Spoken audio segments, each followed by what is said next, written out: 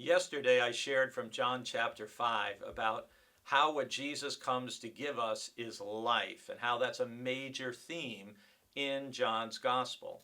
And in today's passage, in chapter 5, beginning at verse 31 through verse 47, at the end of the chapter, Jesus then invites people to come to him because he will give us life. And our verse for the day is verse 40. And he's speaking now to his critics and his opponents who are questioning who he is, what he's teaching, where his authority comes from. And Jesus says, "Yet you refuse to come to me to have life." And so this is the response, right? Jesus, I'm here, I'm offering you, I'm giving you life, and yet some people refuse to accept it.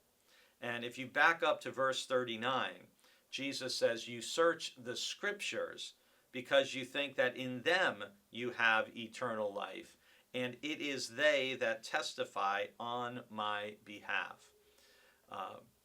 One of the things we want to avoid is worshiping this, worshiping the Bible. We don't worship the Bible. We worship the God to whom the Bible points. We worship the God revealed in the scriptures, but we don't worship the scriptures.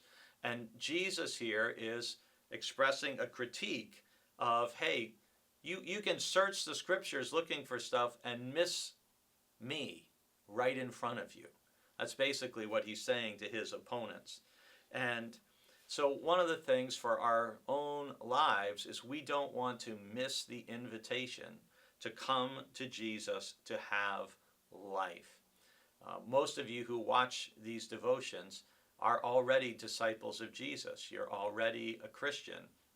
So you might say, well, I don't know that this verse of the day applies to me as much as some other ones, perhaps. But I would encourage you to think and reflect a little and to go a little deeper of, have I come to Jesus as fully as I possibly can? Have I opened up my life and my heart, my mind, my spirit to Jesus as much as possible? In one of the cabinets in our kitchen, we have mason jars of various sizes. The smallest ones are little 4-ounce jars. The largest one, I believe, is a quart. Now, which one holds the most content? The largest one, right?